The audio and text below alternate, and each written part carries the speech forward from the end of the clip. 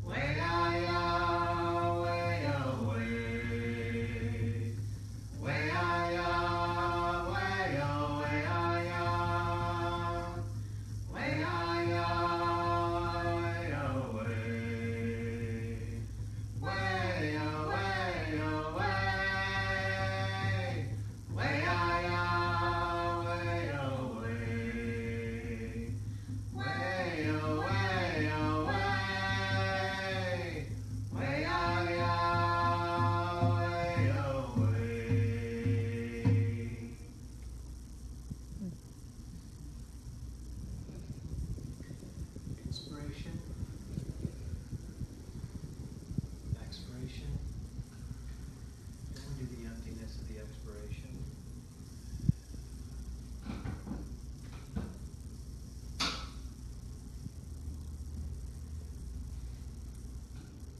Inspiration,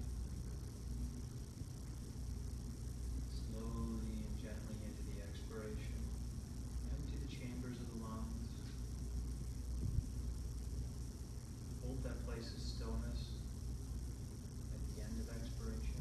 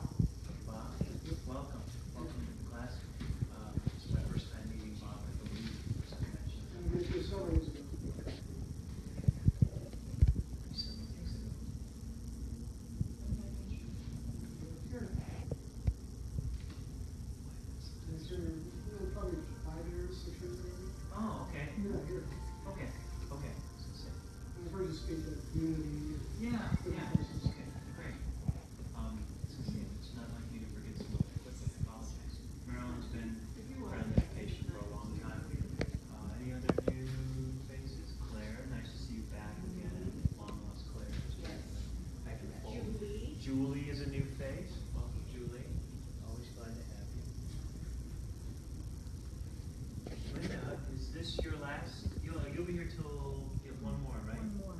Yeah, and Linda will be snowbirding, heading down to Florida, but she'll still be a part of the class and watching. And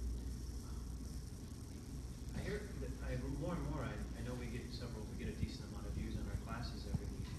You know, I hear from more and more people that they watch the classes every week and how much they help them. And, so we get more and more feedback from people that are watching the classes and are able to tune in that way. So it's pretty fun to hear about that.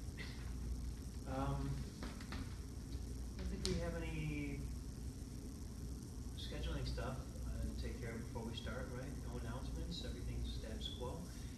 Some of you are making your way through and getting your heart sound recordings done. It's great to see. If you haven't gotten it done, you'll get it done when you come in for your visit.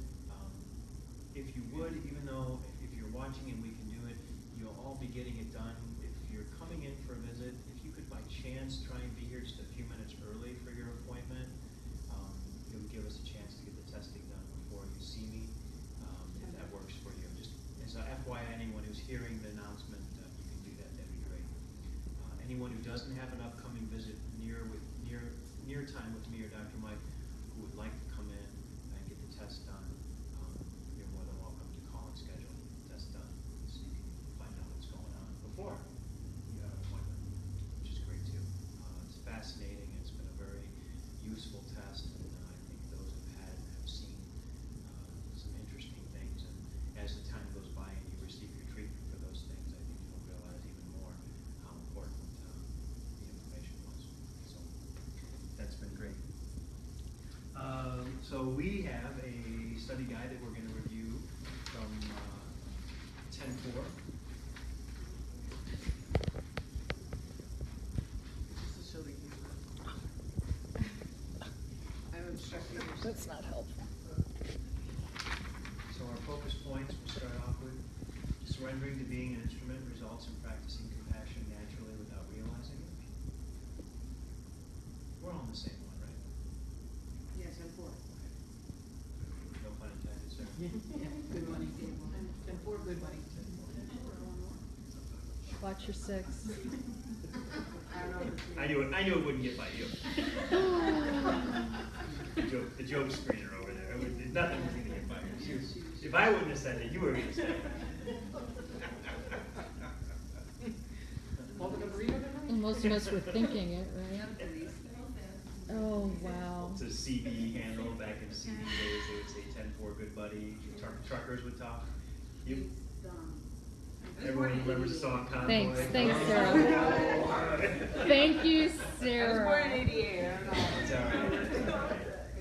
Thanks, sir. We do not judge you.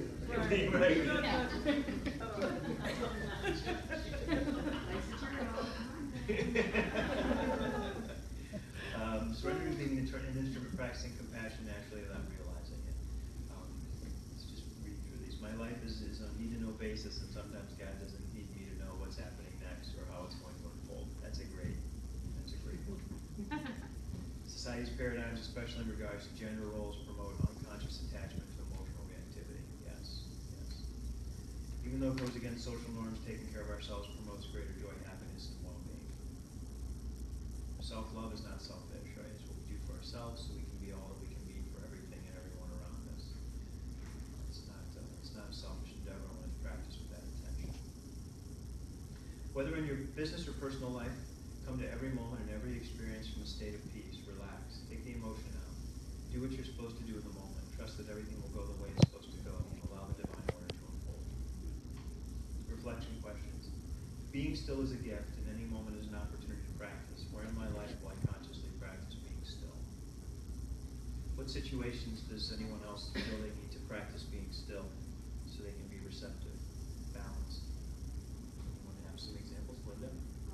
I would say for me, this is currently getting ready to be a snowbird.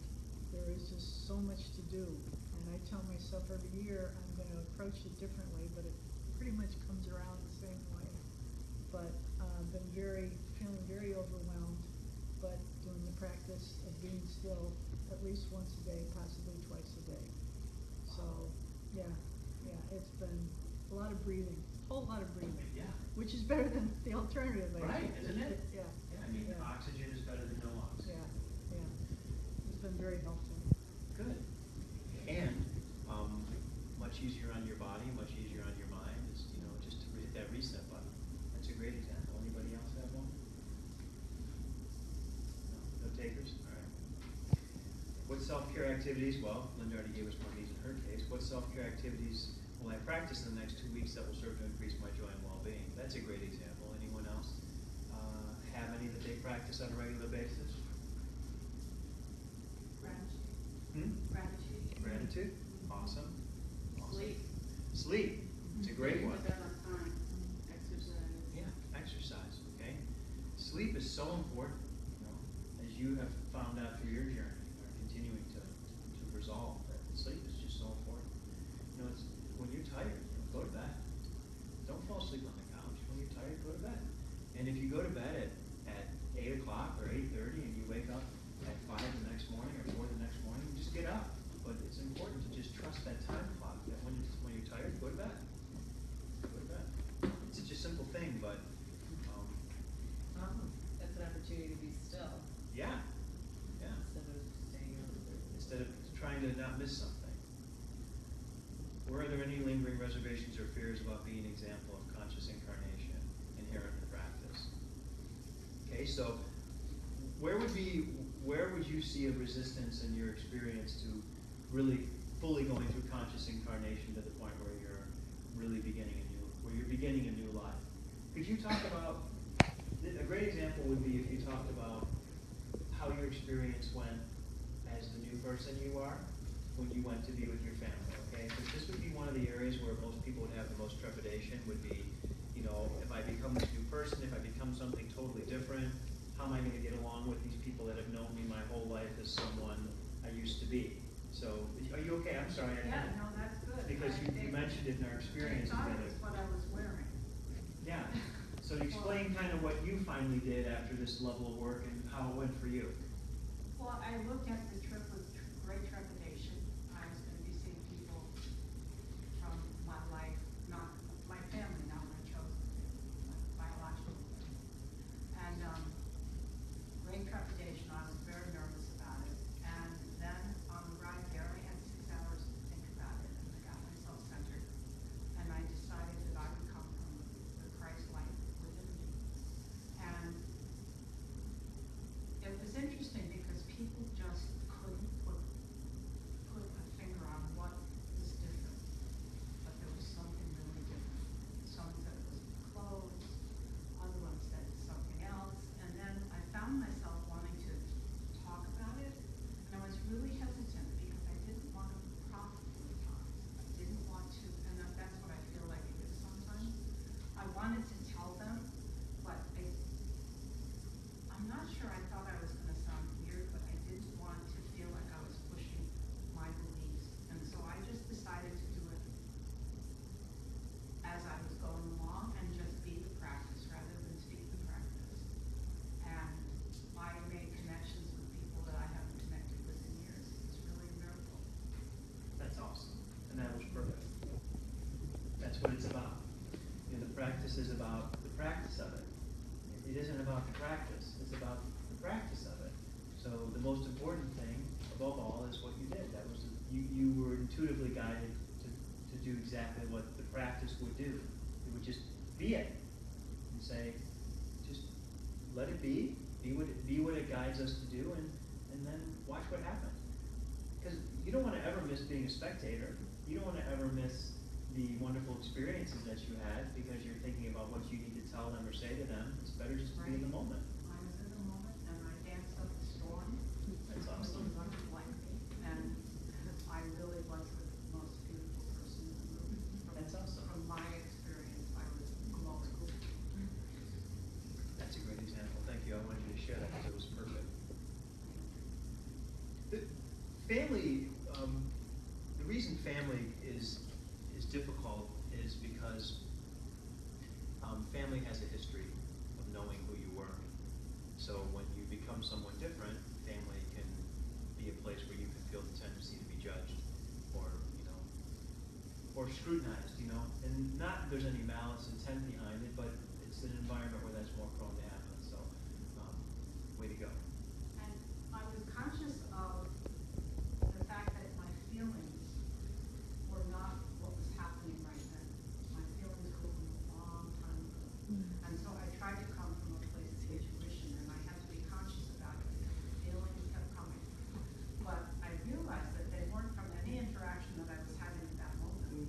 And that was such a big gift for me. They were from a past life. Yep. Awesome. I've done the same thing when I went back to Australia one time. And Keith said to me, I smell nervous about going. He said, because you have to go, you have to go to his business, he said. And I was saying to you, I kept waiting for, if I felt something you say during you, I kept waiting for a comment to say, oh, there's something different about you. But then I realised it didn't matter as long as I was being practiced. That was the most important thing. It didn't matter if anyone acknowledged it or, but that was things like your skin's glowing, your energy's amazing. They were commenting on those things. So they could see it, but they didn't know how to articulate it. That was amazing. Which is, in all fairness, either do we a lot of the times. You know, either do we know how to articulate it. You know, we're practicing it consciously, and how many times, even in the room, in our treatments, we say, I wouldn't even know how to explain it. I wouldn't even know what to say. I know something's happening. I feel something. I don't know. I wouldn't even know how to. So the fact that others don't have the words to always recognize it, it's neither here nor there, because either do we sometimes. It's just remember, as we live in our intuition, as we experience life more intuitively, and we give this sense of intuition more control over the experience and how it's seen, it transcends verbal. Okay, it transcends the need to be verbal. It's an experience. You're having an experience with the experience. It's not based in how did they communicate it or how did it look. It's like a dimension of experience beyond the senses that we normally use. And for that reason, as we're engaging in people that way, and they're engaging in us that way, it's actually a compliment that there's no words for it at times. I struggle with the whole issue of trying to describe really what's happening.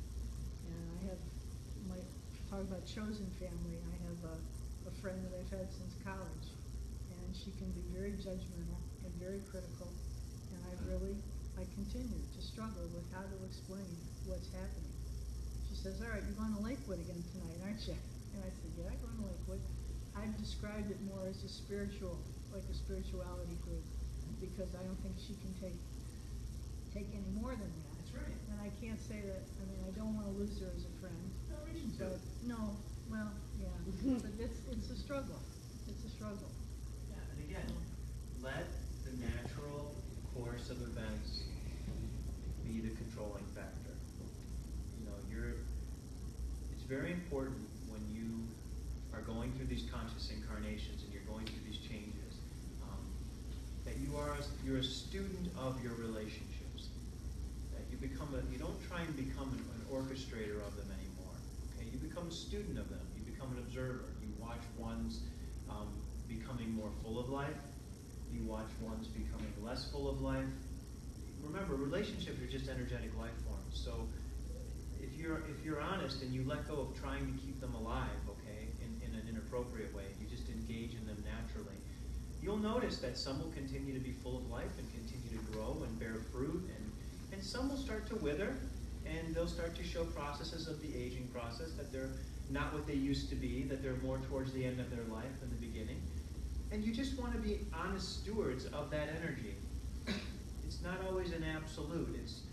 You're with something through its process. So it sounds like in some levels this relationship might be more towards an ending than it was in the beginning. But you can be with it. The practice gives us the ability to be with it through the phases. And then once we know it's dead in that way, we can acknowledge that. But we don't have to bring a premature end to something because it's not comfortable.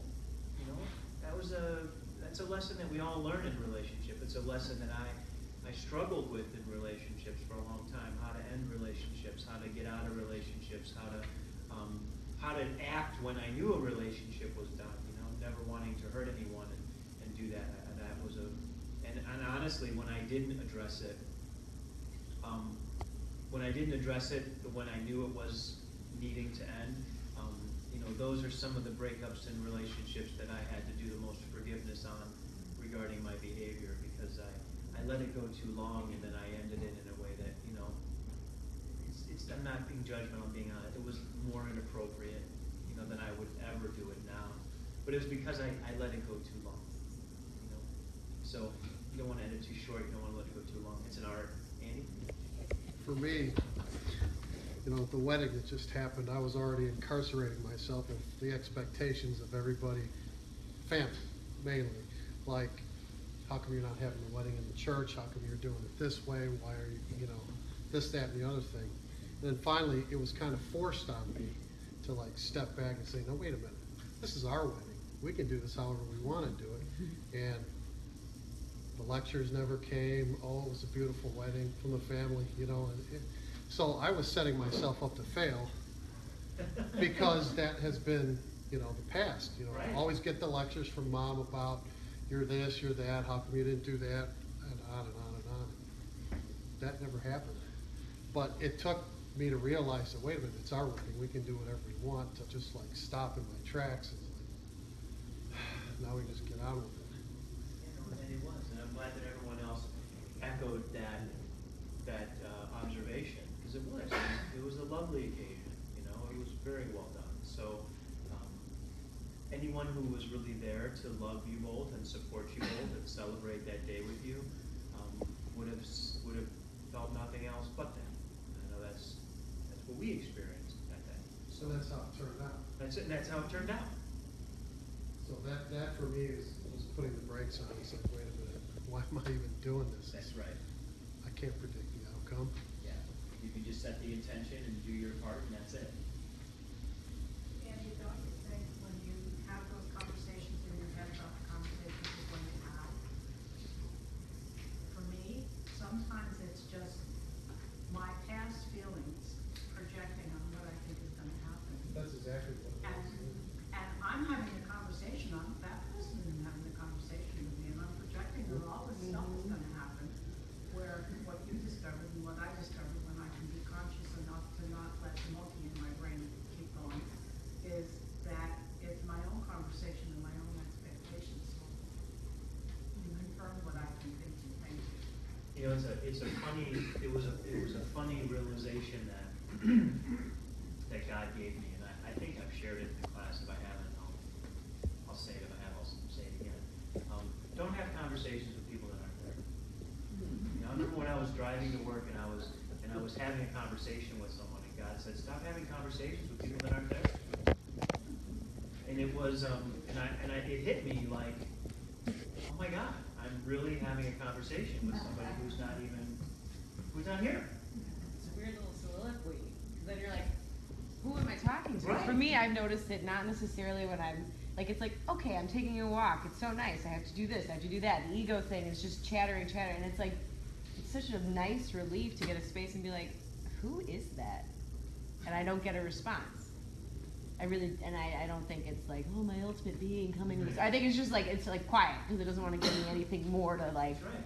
So it's just really interesting because then it all reminds me of how it's illusion and that there's just been that silent observer the whole time, and it's kind of like, okay, when am I going to let that illusion drop? I don't know, but that's where like the practice just is the only answer. It is, and that's and just that simple thing, just that simple pattern like Sarah's talking about and like I talked about. It's amazing how it'll start to transform the way your mind functions when you just quit having conversations with people that aren't there. And you quit, and then the next one was quit having conversations about things that aren't happening. Okay? That was the next one. And these were just on my way to work. I got hit with them like a couple right in a week, and I'm like, oh my gosh, like, why am I thinking about something that hasn't even happened? It wasn't like I was thinking about it to like plan for it or prepare for it. I was thinking about it. It wasn't anything big, but it's a habit of thinking about things that aren't happening. just be present with what's happening. Be present with what's with you. If it's not with you, stop talking to it. If it isn't happening, stop thinking about it like it's happening. And it's right in the book about when we have these thoughts and these reactions, how we take our whole system through the whole, the whole endocrine system, the whole brain. But the brain doesn't know the difference between something happening and something happening.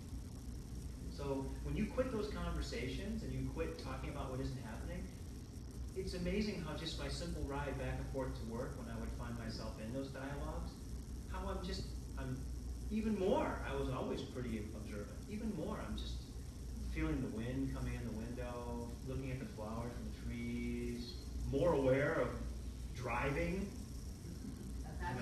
which is a good thing. I'm driving the car, I'm not having a conversation with, Joe Schmo, and it's like, no, what's happening right now is what's happening. So I want to talk about some new stuff that I'm finding out in my room. I'm going to share some new insights on blocks of healing that I'm discovering with my patients. I want to share that with you guys tonight, some kind of hot off the presses information. And I'm really going deeper into asking the question why, what are the deeper reasons why people don't heal? What are the blocks? And we've, thank goodness the practice has come into our lives. No one more than me is very appreciative of what it's talking about emotions and feelings, and how those emotions and feelings get in the way of the natural process of healing. And remember, we're talking about the natural process of healing. So we're talking about not what we're doing to be healed, okay? The natural process of healing. What's stopping us from being healed? Not what we're doing to be healed. What's in the way of being healed? And yes, feelings and emotions were a big layer. Following intuition, which is what I'm continuing to follow, is opening up new doorways. And what I'm finding is, the first thing I'd like to discuss with you is that there's an attention deficit. That attention deficit issues stagnate the healing process. When we're going in too many directions, and I'm not talking about classic attention deficit issues like you've dealt with or other people. It's more when we're going in too many directions at one time. It creates a confusion in the brain regarding priority. And when the brain loses its sense of priority, it can't focus on the one thing that's most important. Now this is so basic, but I found it to be profound. We talk a lot about being in a fight-flight state, about being in that sympathetic dominance. Our primary objective, so far has been to be alive, to stay alive, to avoid death, physical death, traumatic death. However, when we're in that state, we should only be in it for seconds at a time. Outrun a lion, get away from a predator, aggressively get something we need to eat, when we had to trap and kill our own food. Other than those times, if we're in a state of where we need to be extremely physically exerting ourselves, which would put us in a healthy fight-flight state, other than those times, we should be healed. We should be available to be healed. But what happens is, because of the sympathetic dominant state, because we're in the monkey mind, the fight, flight, whatever, we're going in too many directions, having too many thoughts, thinking about too many things, having conversations with people that aren't there, thinking about activities that haven't even happened yet, answering too many emails, thinking about too many relationships. We're feeding our system a false priority.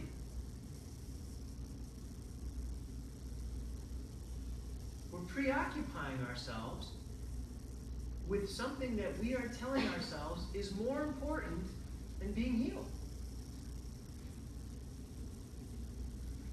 And we're doing it in a way that feeds our system way too many things at one time. So there's this grandiose idea of multitasking. Grandiose. Yeah, it's grandiose. Grandiose. Which is being proven untrue. It's being proven untrue. You can do many things, okay, but you shouldn't do them all at the same time. You should do one thing and then another thing. Now, most people can't do one thing and then be done with it, and do another thing and be done with it, and do another thing and be done with it. They do one thing, they switch to another thing, they haven't let the one thing go. They do the next thing, they haven't let that one go. They haven't stayed present. They haven't stayed in the moment with what they're doing. It creates a lot of confusion in the central nervous system. One of the symptoms you'll have is how many of you, at the end of the day, are still thinking about things that happened earlier on in the day? Well, here's the show off, so. But you know what, it's taken years. And it's also taken a very definite focus that at a certain time, everything else gets shut down. Right. But that's in order to sleep well. Right. So I mean, yeah, but no, it's not being show off, it's just years of work. But it has to be not just to go to sleep. Yeah. In other words, what I would ask you then is, how many times 15 minutes later are you thinking about something that still happened 15 minutes ago? Rarely, Okay. You have to- because I've worked on it very Right. much, and I'm now at the point of, I have a unique experience of running networking groups for almost 100 people. And when they are getting bugged about something, they call me. And I don't even talk about it. They call me while I'm on the road. Let me call you back. I'm gonna pull off the road and talk to you for 5 minutes. You limit it and you do it. And many times people just need to vent. And many times we need to vent, and that's why we're holding on to it. So if you could go into a room or you have a family member who will listen to you vent, it's like, I need to vent for 3 minutes, okay? And you get it over and you feel much better. And the other person goes, that wasn't a big deal, okay, fine, move on. And it's gone. You have to release it. But if you're not at that point, okay, and if you are having blocks in healing, okay, which you have to think about, if there's something in you that's not healing, then you have to re-examine these things. Because as much as you may think you're doing well, if you're not healing, you're not. Don't confuse yourself. The body doesn't lie. If something isn't in its optimal form, you're blocking it. You're preoccupied. Don't live in your mind, live in your body. It's a very strong example of how you're doing. It won't lie to you. So be conscious. Things should heal unless you're dying. I mean, literally, unless your form's coming to an end. They should heal. And even while you're dying, they should still be healing. You should heal. You should just notice that you're dying. You're not healing quicker than you're healing. Are you talking about just physical healing or emotional healing as well? All levels of it. But we can use our bodies to be indicators. They are good examples. I mean, we have them for a reason. So, when your priority isn't to heal, okay, you're not going to heal. Now, people wonder, well, then why when I come see you do I have such profound healings, okay? Because my priority, when I'm with you, is to show you the power, the healing power of when I say God, we all know God, Spirit of God, mental, emotional, physical. I'm here to show you the healing power of God. It's all levels, it's not just the Spirit. I'm here to show you the healing potential in the matter of your being. And that's how you work. You see it. You work on one thing at a time. That's it. You complete that and you move on to the next. Next thing. There's an order. But it's funny, if I ask people, okay, any group of people, what's your priority, okay? the reason I bring this all to your attention, because you're all a little attention deficit on this, okay, is if I asked all of you, what's your priority today? I've got to get this done, I've got to get that done, I've got to be at a meeting, I've got to go here, I've got to go there, you would tell me about your schedule. It's a normal thing, don't get me wrong, it's a normal thing. But isn't it ironic that the first thing we would say, really would say, well, I would like to do what I need to do to stay alive. And then I would like to heal. And then I have some meetings I need to get to, and then I have some people I need. It's not even a priority. It's not even in the forefront of your consciousness. Why would the brain make it a priority? Why would it be activated? Now, the funny part is that when you're sick, okay, and you can't go anywhere, and you can't do anything, and you're laying in bed, and you're shaking, and you're whatever you're doing, you're feverish, what is the one thing on your mind? You want to get better. Oh, you want to get better. Exactly. Oh, my God. Oh, I want to get this over. I'll do anything. I know I've been in those spaces where I've had a really bad virus. Please, God, I'll do anything. I'll never do it again. That was more of a toilet bowl after too much intoxication, right? But I'll do anything. I'll never do. You know, we're right there then, boy. There's nothing more important than it when you're in that place. Natural pleasure. Right? Okay? But just think about how we're still requiring these events to make something a priority that should be number one. Isn't it interesting, if you meet someone and you ask them, tell me about yourself, the first thing they tell you is what they do. Right. It's not who they are, it's not sharing something about themselves, it's like, well, I'm a customer service rep. That's not who I am, but that's the first thing that will come out That's of right. their mouth. Isn't it fascinating? And it's very well recognized because there's actually a group of people that was meeting on a regular basis over the last couple of years, that if you went into that networking group meeting and asked somebody what they did, you were dinged. There was a penalty. Because they really wanted you to say, Interesting. and it's a habit now, I don't want to know what you do, I want to know who you are. Okay? And that throws people. Because nobody ever asks them that. But when you do it and you get in the habit of doing it, people know I'm going to do that.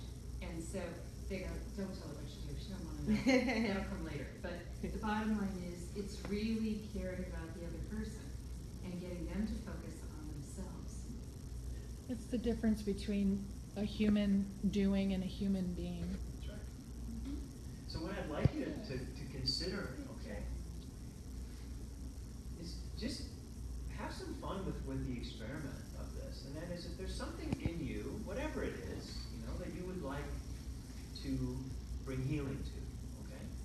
You'd like to make it more available for healing. Just make it a priority. And isn't that what the circle is all about Yeah. too? Because when people focus on something or are made aware that part of their body is not acting the way it could optimally act, Exactly. that becomes the focus. That's it. And that eventually gets better, and that's what the circle is all about. That's exactly what it's all about. We're doing something together, okay, as a group, and now I would like you all to start just practice doing it, and realize that when you do it, make it a habit. Bring attention to it. Don't you have to be still to be able to do that? Well, that's why it builds on our other classes. Okay? Because in your stillness, the stillness is like the fabric, it's like the canvas that you're painting on. In the stillness, you're telling your brain, okay, which is an important tool that we need to learn how to use, I don't want you to think about anything else right now. I'm giving you permission to stop thinking about everything else. I just want you to think about what's going on with this. And I would like you to focus on this being healed. I want this to be the priority. Okay, I want it to be the priority. Now the cool part is not only will you start to see that system feel better and improve, change, but you'll also then start receiving more intuitive messages around what do I need to do? What needs to change?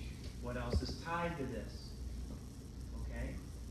But it's about just giving it focus. And please, by all means, look at your life with two major priorities first. My life is to do what I need to do to stay alive, and then my life is to be healed. Like, at least include those two basic priorities in your brain function. Because I'm telling you, we've become very unhealthy in our minds because we've lost the need to make those two things a priority.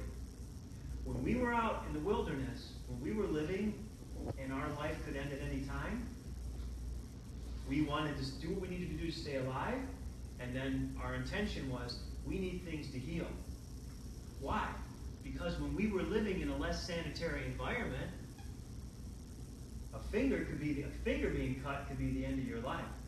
So if you had a cut on your finger, you tended to it, because that little thing had the potential to cause a big, big problem.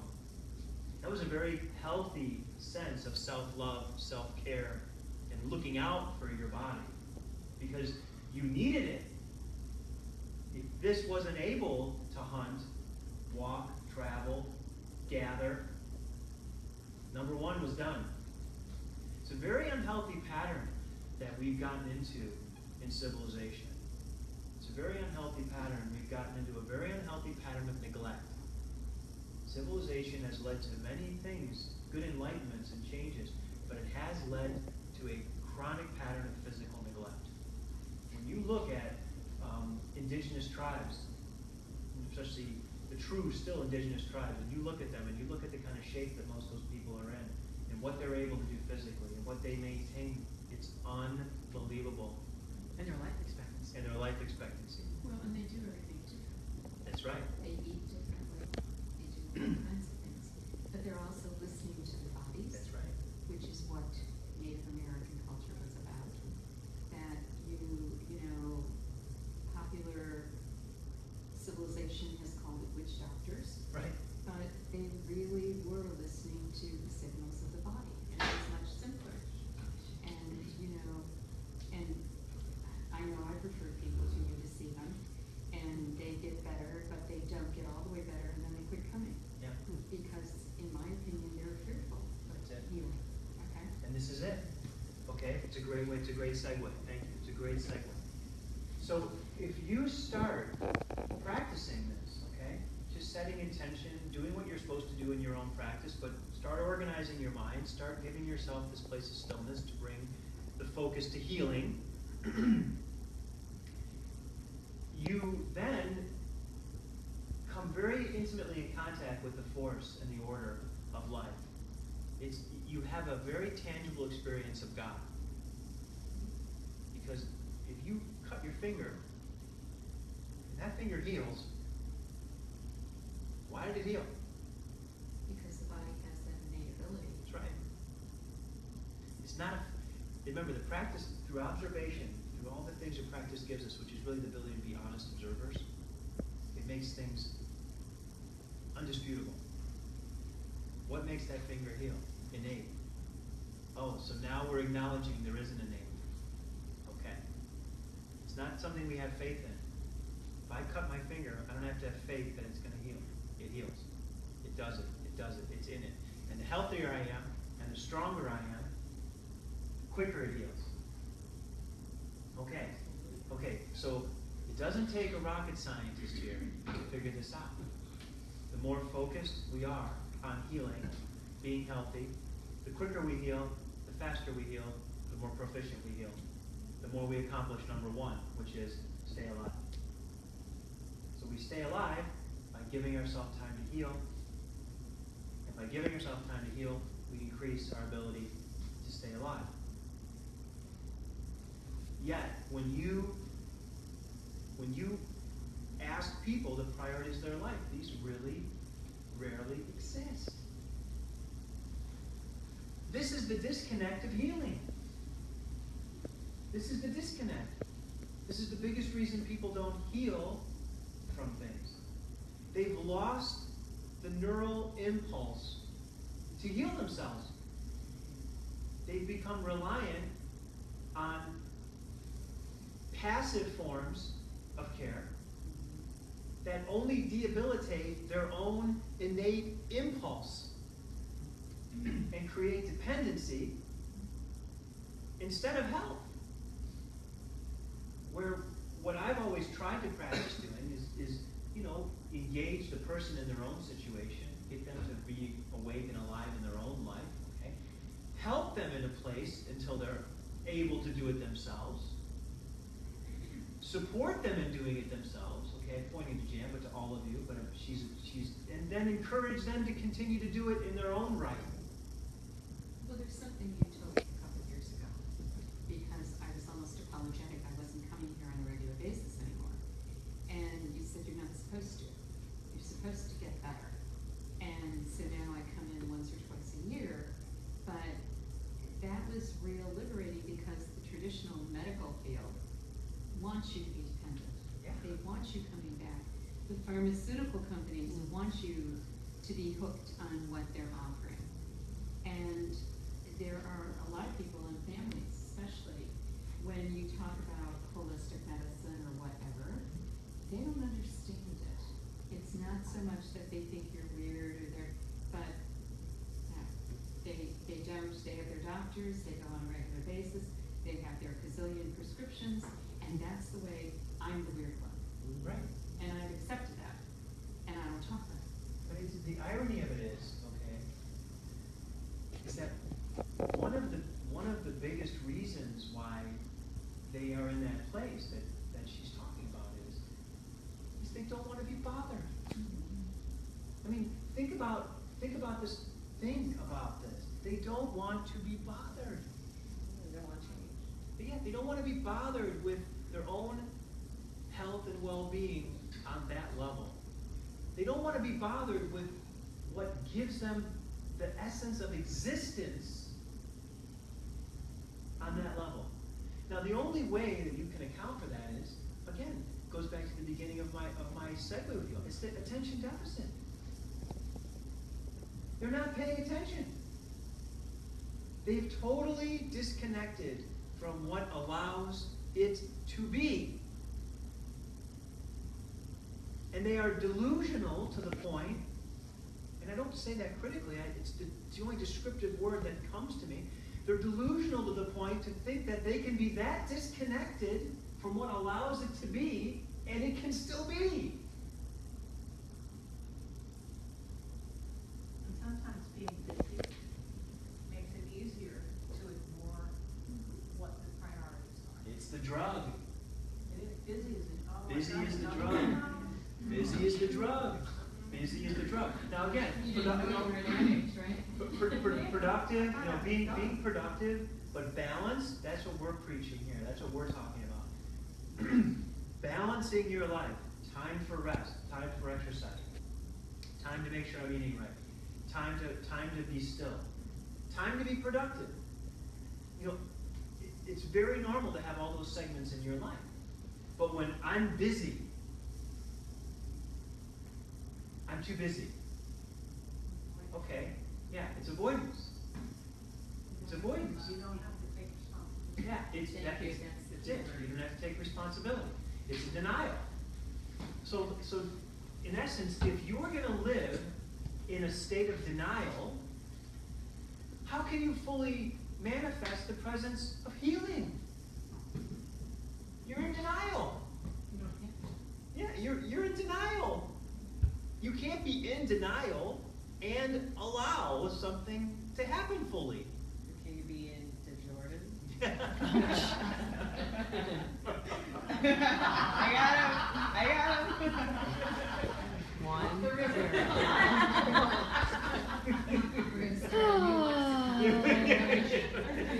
Please don't. Please don't. Sorry, I was a little So, something brought us here. We decided as a group and the people that are watching that we weren't any longer going to be on that train of too busy to be healed. We were decided that, so what brought us into that? A higher consciousness? Or in my particular case, perhaps it was higher consciousness, I don't know, but I got tired of being sick. I got tired of ignoring what was going on around me, and perhaps because of the higher consciousness, I found you, then I found other people that are interested in healing themselves. But you were listening to intuition. Yeah. You listened to something inside of you that basically said, I can't go on the way I am, I have to change. And I think along with the, first there's that awareness, and And spirit steps in. and then there has to be the willingness to act on that. Yeah. And, I think for me, like, the willingness is key to so many things. I can know until the day I die that I need something, but until I'm willing to act on it and then take the appropriate steps to act on that intuition, I'm not gonna get anywhere. Okay, now I would like to, again, that's a perfect comment. I'd like to add something into that if I may, okay? The willingness should not be misconstrued as her willingness. That's a trap. You're looping right off the highway and going right back into free will. She was able to let go of her need for it to be her willingness and accept this is what needs to be done. It isn't what I want to do. This is how it needs to be. That is what I have referred to as, divine will, God's will. That's what takes you from somewhere and says, I can't do this anymore. I can't choose to do it anymore. Someone will say, well, yeah, of course you can. But you reached that point where you were beyond choice. What the practice really does, if you engage in it, is it removes you from that field of unconscious choice, okay? Immediate gratification, reward center, whatever you want to call it, and it says, just do what's best. At the moment. In the moment. It's like what you've talked about. We don't have to decide or agree that the floor is brown. It simply is. It's apparent, and that's it. That's, yeah. I have a question too, when listening to the whole thing. In the beginning, it's almost to me like the practice gives you permission to do what you already know. Yes. And then when we get to the point where we're miserable and sick, as a pharmacist, as my new study, the body has an amazing ability to heal itself with no help whatsoever. Right. We get in our own way. I think we've talked about it. Yes. We get in our own way, and we know what to do or not do. But the practice seems to give us permission to do what we kind of know what we need to do, and sometimes that voice gets loud in whatever situation. Yes. Yes. Yes, that's exactly right. It's in it, and what clouds it is the belief that when it really comes down to it, we can do what we want. Okay? And I'm not afraid that's bullshit. You can. No, you can't. Not when it really comes down to it. Don't breathe. I'm very willing to say when somebody's right. When it really comes down to it, there's no choice. Life depends on certain events to happen. We have become an unhealthy species because we are deciding what should and shouldn't happen. We're deciding the parameters of life, and I know you don't take this personally in any way, but medicine is in the illusion that they can stretch the bounds of what we can and cannot do for life to happen. I think some of those things are valuable, but I think that the message it sends is backfiring on Infallibility. yeah, it's backfiring right now. And all of a sudden, that model is starting, like many other models, to fall apart. Okay? It's in us. Life requires certain things to exist. The universe, our solar system describes that, let alone the universe. We are in a pocket of life. Life exists on this planet because everything that life needs to exist is here. And we know from what little we know about the universe around us that that's not all that common as we would think. Just relatively speaking. I'm sure it's a lot more common than we know, but as far as we can see right now, it's not the norm. Which means there's a significance to God showing us that. Things have to be a certain way for things to exist and grow and prosper. And there's certain oxygen levels that need to exist, hydration levels that need to exist, salt levels that need to exist. So for the need for life to naturally be so specific and balanced to exist means it's a pretty durable but fragile ecosystem. Knowing that, everyone, here and in our studio audience, how can you not make it a priority? It has to be a priority. If not, you're thumbing, forget climate change, forget political conversations. You're thumbing your nose at the evidence that you live in. You can't do that. That's an incredibly ignorant free will decision. And it'll end you up in the places that all of us ended up in for one reason or another, mental, emotional, physical, spiritual, whatever the reason. We ended up in that place where we realized, I don't have a choice, this isn't working, I need to do what I know I need to do, and when I do that, I'm going to give myself permission, and I'm going to let myself see how my life goes when I do that. Okay? And the reason people are resistant to that is because once they do, they realize they have fewer and fewer choices, they can have fewer and fewer conversations, they have to have less and less and less so that they can truly experience more and more and more what life's really all about. And their life, from an egocentric point of view, starts to dissolve. Can I share a light bulb just went off in my head? Sure, of course. When I first did this last week, my head was swollen out like a crucifix, and I was shut. And for 2 days, all I could do was sit and heal. I couldn't putter around the house. I couldn't watch TV. I couldn't be on my computer. All I could do was continue to change the ice bag and heal. And my son came over on the 3rd day. He said, "Mom, what happened? What did you do?" And I attributed it to a miracle. But I didn't think it was my miracle. I thought it was an external miracle, but it really wasn't. It just light bulb. It's like I healed myself because that's all I focused on. Yeah. You are the God. Amazing. Yeah, you are the God son. You are the incarnation of that energy. It is not something that it's something that we always are receiving, okay? But it's also something that we contain. So, I'm sure we're just about out of time, right? Yeah, probably. Okay? So that's good timing. So please, everyone, honor the durability of life and give thanks for it, that when life, any form of nature, is allowed to be balanced and undisturbed, and allowing its priorities to be organized, I need to be alive, I need to heal. Nature shows us it'll do it again and again and again and again and again. If given the right environment, nature heals itself. We're nature. For the love of everything, give yourself the right environment to heal. At least start by giving yourself the right environment. What does that mean? It's the basics. Drink your water. Eat foods that are full of life. Get rest. Sleep.